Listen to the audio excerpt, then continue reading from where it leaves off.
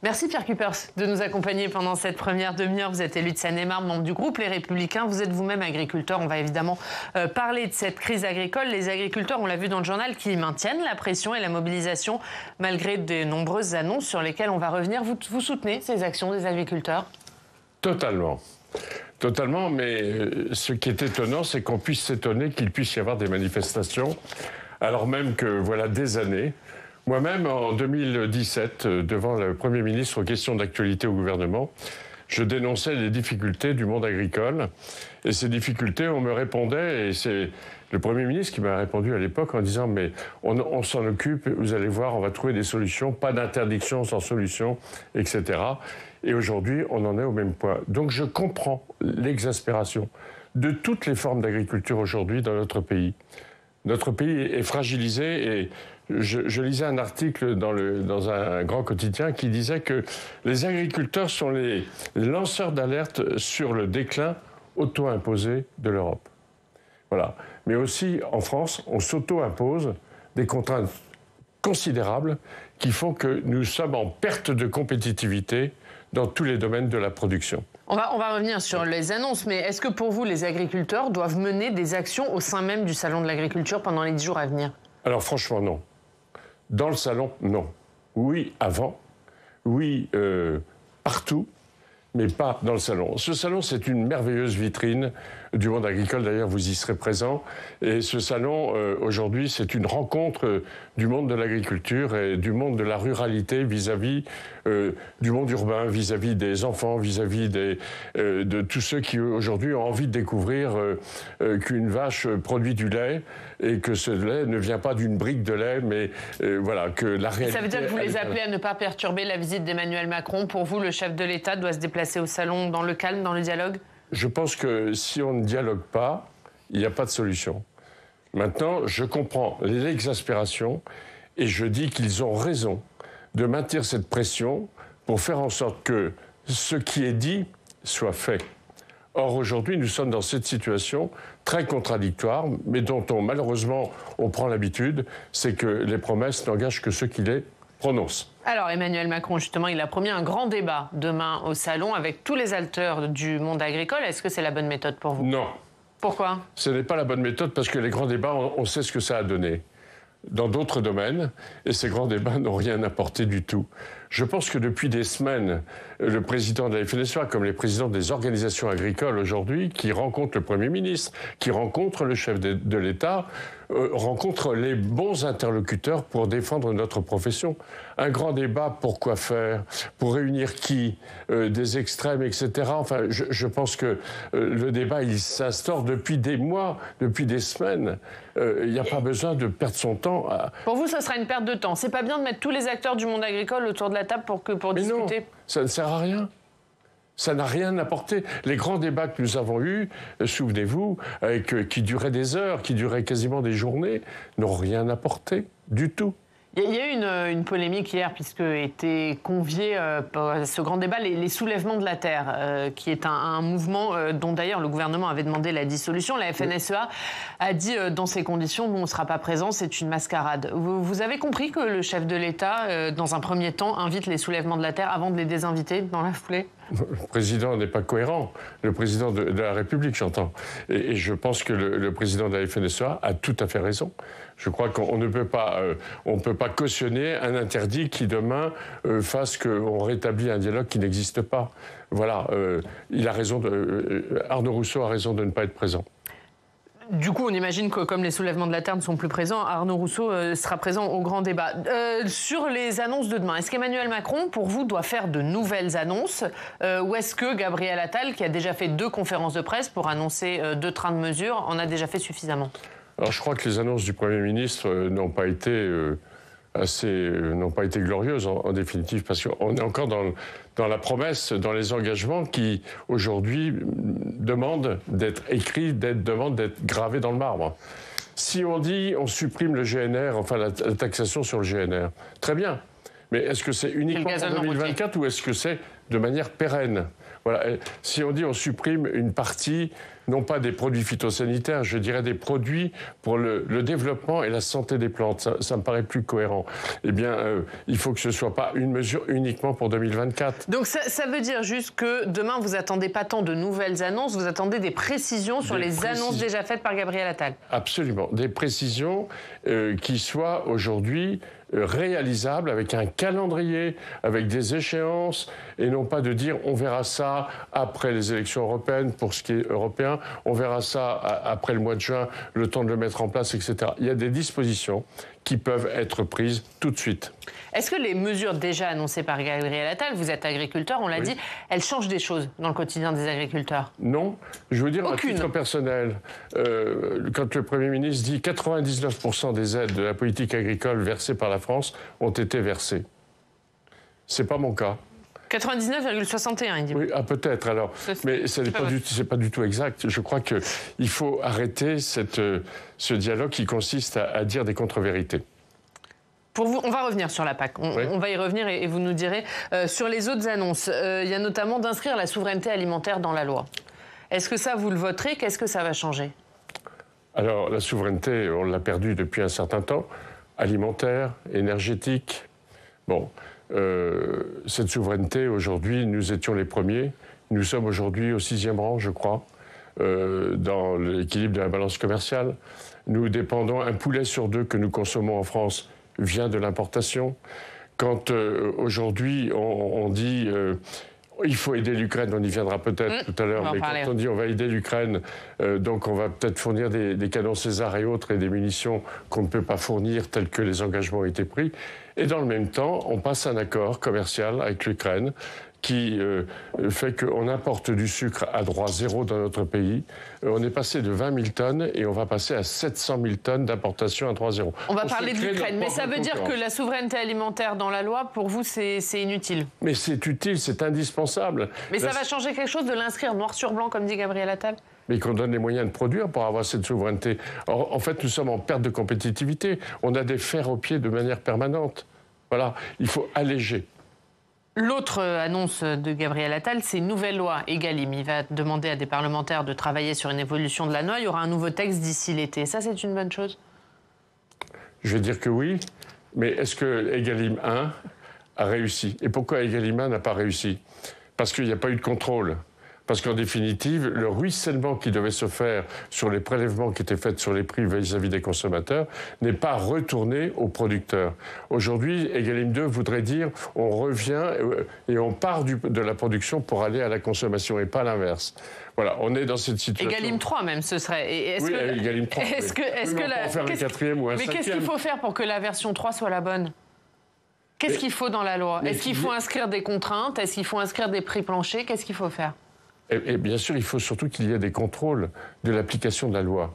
À savoir que le ruissellement se fasse correctement et que ce ne soit pas, pourquoi pas, la grande distribution qui récupère tous les bénéfices, considérant elle-même... Mais ce qui n'est pas le cas actuellement, les contrôles, on sent qu'il y a une volonté du gouvernement de renforcer ces contrôles. Oui, il y a eu 150 contrôles ou je ne sais plus combien. C'est insignifiant. Moi, j'ai des exemples ici que l'on m'a envoyés fin janvier 2024, où on voit des produits labellisés produits français, mais qui sont produits en Irlande, abattus en Irlande, et on dit que la viande est française. Voilà, et il y a les dates, tout y est. Quand on dit que le poulet des filets de dinde, et on voit en petite écriture sur l'étiquette, avec de la viande de porc et avec de la viande de bœuf. Voilà. Est-ce qu'il y a eu des contrôles par rapport à ça? Non. Il y en a, en tout cas, il y en a. Sur l'origine française des produits, il y a des contrôles du gouvernement depuis plusieurs jours. Est-ce qu'on a les moyens de contrôler?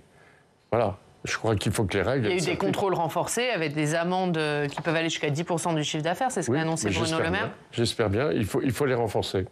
On va parler de la PAC, justement. Vous en avez parlé il y a quelques instants, puisque parmi les leviers du gouvernement pour améliorer la situation financière des agriculteurs, il y a cette politique agricole commune. Hier, Gabriel Attal a fait le point sur le versement des aides. Mais on va voir d'abord qu'est-ce que la PAC et comment fonctionne-t-elle avec Quentin Calmet.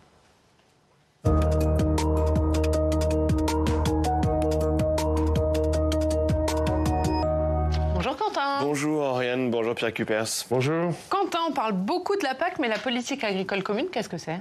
C'est une politique mise en place par l'Union européenne en 1962. Parmi ses objectifs, la PAC vise à soutenir les agriculteurs de l'Union européenne et depuis sa création, eh bien, on le voit, il y a eu de nombreux objectifs qui ont été rajoutés, accroître la productivité de l'agriculture, la sécurité des approvisionnements ou encore des prix bas pour les consommateurs européens. Et de fur et à mesure des réformes, au fur et à mesure des réformes, on voit aussi ces nouveaux objectifs. Elles visent à préserver l'environnement, la sécurité sanitaire, le développement rural. Et c'est le budget européen le plus important. Voilà. Sur les 169 milliards d'euros du budget de l'Union européenne, la PAC représente 57 milliards. Et la France est la première bénéficiaire de la PAC avec 9,5 milliards d'euros de budget. Pour comparaison, l'Espagne et l'Allemagne, qui arrivent ensuite parmi les bénéficiaires, touchent respectivement 6,9 milliards et 6,4 milliards. Viennent ensuite l'Italie, la Pologne. Et le mode de calcul du versement de la PAC fait polémique. Voilà, la PAC est allouée à l'hectare. Plus vous avez une grande exploitation, plus vous touchez des aides. C'est ce qui fait dire à certaines ONG, comme le WWF, qu'il y a un risque de favoriser in fine un modèle agricole industriel et intensif. Et le gouvernement est également critique envers cette PAC. Oui, au-delà des reproches d'une politique agricole commune qui favorise les grandes exploitations, celles avec les plus grandes surfaces et celles avec les plus grands cheptels, il y a d'autres critiques. Le ministre de l'Agriculture, Marc Fesneau, l'a dit il y a 3 semaines. On ne peut avoir une PAC qui soit à ce point complexe et incompréhensible, a-t-il dit. Parfois, tant pour nos administrations que nos agriculteurs, on a besoin de s'engager résolument dans la voie de la simplification. Vous voyez cette citation. Des propos alors que la PAC a déjà été réformée, et encore très récemment l'an dernier, pour inclure des critères environnementaux, mieux prendre en compte les petites exploitations. De son côté, Gabriel Attal s'est engagé à améliorer le versement des aides. Vous en parliez il y a quelques instants. Écoutez, le Premier ministre, c'était mercredi à Matignon. Réformé, il y a des inquiétudes sur le délai de versement des aides.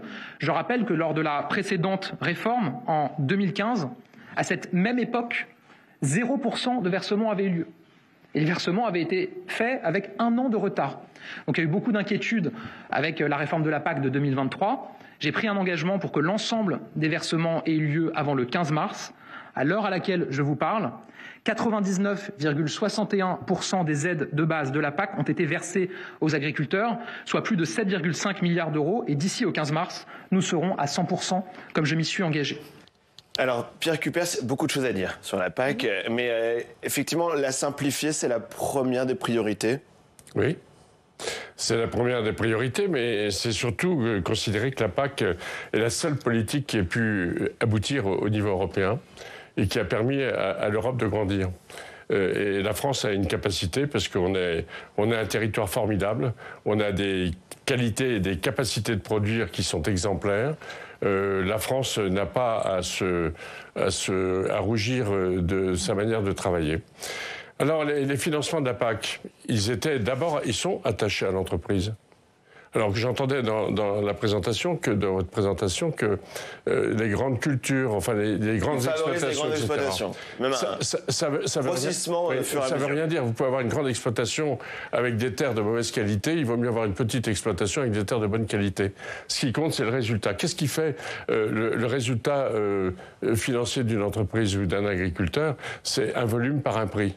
Donc, si vous produisez en fonction de la qualité de vos terres, vous avez un résultat. Alors, non, mais ça fait partie des critiques de la PAC, Pierre, oui. Parce que ça va beaucoup aux grosses exploitations et pas assez aux petits agriculteurs. Oui, mais aujourd'hui, vous savez quelle est la moyenne des exploitations en France? 167 hectares. Vous savez quelle est la moyenne des exploitations en Ukraine? 25 000 hectares. On n'est plus du tout dans la même échelle de valeur, vous comprenez? Oui, oui. Donc aujourd'hui, il est normal pour moi que les aides soient attachées à l'entreprise, à la typologie d'entreprise. Alors que ces aides soient versées, comme le dit le Premier ministre, je m'inscris en faux. Je m'inscris en faux parce que, personnellement, je n'ai pas touché 50% de mes aides. Vous disiez tout à l'heure. Mais alors, il a été... partie de 0,39, vous. Ouais. Mais oui. Non, mais pas que. Je vais vous dire même une chose. Au mois d'octobre, on devait recevoir les premières aides de la PAC, la première partie. Et j'ai reçu une lettre à titre personnel parce que j'ai plus de 65 ans et que mes aides ne seraient pas versées parce qu'ils avaient un problème informatique qui ne leur permettait pas de me le verser. On a vu des versements en 5 semaines à l'automne dernier. Voilà. J'ai été versé 2 mois après. Hein, mais peut-être qu'ils jouent sur les mots en disant que c'est les aides de base de la PAC. C'est là que peut-être bien sûr. Voilà, se joue la subtilité du raisonnement de Gabriel Attal. Mais donc oui, une réforme de la PAC qui doit être une priorité. On le disait, il y a eu une telle réforme l'an dernier qui doit normalement fixer un objectif pour la PAC d'ici à 2027. On entend Marc Fesneau dire qu'il faudra revenir sur cette réforme de la PAC avant cette échéance, peut-être même dans tout le prochain mois. Vous pensez que ça peut aboutir assez rapidement et qu'il faut que ça aboutisse assez rapidement ? Une telle réforme de la PAC au niveau européen ? Si c'est faire une réforme de la PAC pour diminuer les soutiens à l'agriculture, je n'en veux pas. Aujourd'hui, si nous n'avons pas d'aide au niveau agricole, d'aide de la politique agricole, il n'y aura plus d'exploitation dans notre pays. On a besoin de ces aides de manière absolue. Ou alors il faut libérer les marchés, il faut libérer les contraintes, nous permettre d'être compétitifs, faire en sorte que les coûts salariaux, etc., soient réduits chez nous et qu'on arrête cette surtransposition des normes qui aujourd'hui nous pénalisent complètement. Donc on le voit, il y a quand même une ambiguïté. On est sur un marché libéralisé. Effectivement, on demande aux agriculteurs d'être des chefs d'entreprise, de faire du profit, d'avoir une bonne productivité. Et en même temps, on le dit, c'est un défi démographique. On le dit, c'est important aussi pour la France. Est-ce qu'on a raison de vouloir libéraliser un secteur qui doit échapper à la loi des marchés ? C'est quoi le marché ? C'est un marché mondial ? Est-ce que moi, agriculteur, je peux avoir une influence sur le marché ? Non. Mon pays peut avoir une influence en me permettant justement d'être compétitif. Je reviens à ces charges qui aujourd'hui nous sont imposées, qui sont des charges françaises et qui nous, par rapport aux décisions européennes, qui nous pénalisent de manière... Il y a une surtransposition des normes au niveau français. Arrêter. Ça n'a pas de sens. Alors quand l'engagement du Premier ministre est de dire, bien sûr, pas d'interdit sans solution, ça veut dire qu'il faut refaire en sorte que nos contraintes soient annulées tout de suite et pas d'attendre le mois de juillet. Et c'est ce qu'attendent les agriculteurs. Lisez bien, écoutez bien ce qu'ils disent. Ils disent aujourd'hui, c'est tout de suite qu'il faut prendre la décision et ne pas attendre le mois de juin pour nous pénaliser davantage. Parce que si on se pénalise davantage, on va encore importer davantage à droit zéro. Quentin, tout à l'heure ? Oui, à tout à l'heure, Oriane, je reviens dans le club. On parlera des annonces de Bruno Le Maire en matière de coupe budgétaire. Ce sera à suivre dans le club. On va continuer à parler d'agriculture et de la question de l'Ukraine. On va aller à Agen, c'est du côté d'Orléans. On retrouve Alexis Marie. Bonjour Alexis, merci beaucoup d'être avec nous. Journaliste à la République du Centre. Avant de parler de l'agriculture, on va parler de l'Ukraine puisque demain, cela fera 2 ans que la Russie a envahi l'Ukraine. Et dans votre journal aujourd'hui, 6 pages consacrées aux 2 ans de ce conflit et les répercussions sur votre département. Qu'est-ce qu'il faut en retenir ? Bonjour à vous deux. Ce qu'il faut en retenir, c'est que depuis 2 ans, il y a 1350 ressortissants ukrainiens qui sont arrivés dans le Loiret. Et donc, nous avons donné la parole à plusieurs d'entre eux, comme Anna, 34 ans, qui était professeure de danse et qui a fui Kharkiv avec sa fille. Aujourd'hui, elle vit dans le Loiret, elle donne des cours de danse, mais aussi elle travaille dans un hôtel du côté de Beaugency pour subvenir à ses besoins et à ceux de sa fille. Il y a aussi Andrei, qui lui aussi a 34 ans, qui lui, au départ, ne voulait pas quitter son pays, mais qui finalement s'y est résolu pour l'avenir de son fils. Aujourd'hui, il donne des cours de piano et il espère pouvoir se reconstruire en France. Et puis, il y a aussi ces Loiretains, comme ce couple de retraités de Châteauneuf-sur-Loire, Bernadette et Patrice, qui ont décidé, à l'issue d'une messe, de venir en aide et de créer une association aux orphelins ukrainiens. Et donc, depuis le début du conflit, ils envoient des produits là-bas pour que les enfants aient peut-être un peu moins de difficultés au jour le jour. Dans le prolongement de ces portraits et de l'Ukraine, Monsieur Cuypers, je voulais vous demander, est-ce que vous pensez que les importations ukrainiennes de produits agricoles. Est-ce que ces importations, ce sont une illustration de la concurrence déloyale que subit l'agriculture française et ces fameuses clauses miroirs ? Je réponds, oui. Oui. Bien évidemment, quand pour aider les Ukrainiens, et je comprends qu'il faille aider l'Ukraine par tous les moyens, mais à condition qu'on ne s'affaiblisse pas, nous, du même coup. Quand on importait 20 000 tonnes de sucre venant d'Ukraine, et que pour aider les Ukrainiens, on a laissé à droit zéro l'importation qui aujourd'hui vont atteindre en 2024 plus de 700 000 tonnes. Ça veut dire que on se met des fers aux pieds considérables, on se construit sa propre concurrence. Et ça veut dire quoi? Ça veut dire que les Ukrainiens ont décidé pour 2024 de peut-être d'augmenter de 30% par exemple leur production de sucre et de betterave. Ça veut dire que nous-mêmes, et nous, dans le même temps, nous avons fermé 5 usines en France. Voilà, c'est ça la condition. Et eux, ils peuvent utiliser les fameux néonicotinoïdes ? Bien sûr, vous avez raison. Ils utilisent un certain nombre de molécules comme la Pologne l'utilise, comme l'Allemagne l'utilise, comme d'autres pays l'utilisent. En fait, c'est la loi française qui, aujourd'hui, nous met en distorsion de concurrence par rapport à la réglementation communautaire. Voilà. Et nous importons à droit zéro et les Français consomment des produits qui sont fabriqués avec des interdits que nous nous imposons nous-mêmes. Mais qu'est-ce qu'il aurait fallu faire alors avec ces produits agricoles ukrainiens? Arrêter de les importer? On arrête les importations de produits ukrainiens? Que les règles soient les mêmes pour tout le monde. Or, il s'avère que certaines molécules comme les néonicotinoïdes n'ont aucune incidence sur la santé, mais voilà, le principe de précaution fait que en France, on a pris une loi qui, en 2016, interdit justement l'usage de ces molécules. Bon, il faut revenir et abattre cette loi pour faire en sorte qu'on soit à l'équivalence de l'ensemble des pays de l'Union européenne. Alexis, on reste sur ce thème de l'agriculture. Ouais, vous avez une autre question, je crois, Alexis, hein, sur la distribution des aides aux jeunes agriculteurs, c'est ça ?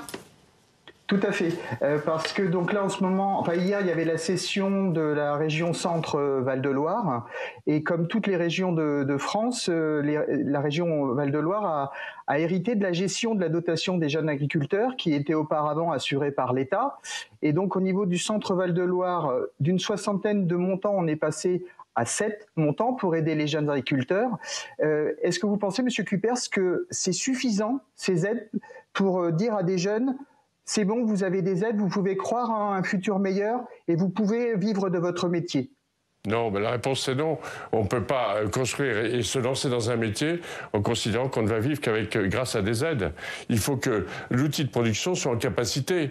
Donc si on donne pas, si on met des fers au pied de l'entreprise, on ne peut pas avoir un résultat qui permette au chef d'entreprise et à sa famille. Mais vous, par exemple, c'est quoi pour vous, pour votre exploitation, la part des aides et la part de ce qui est issu de la production?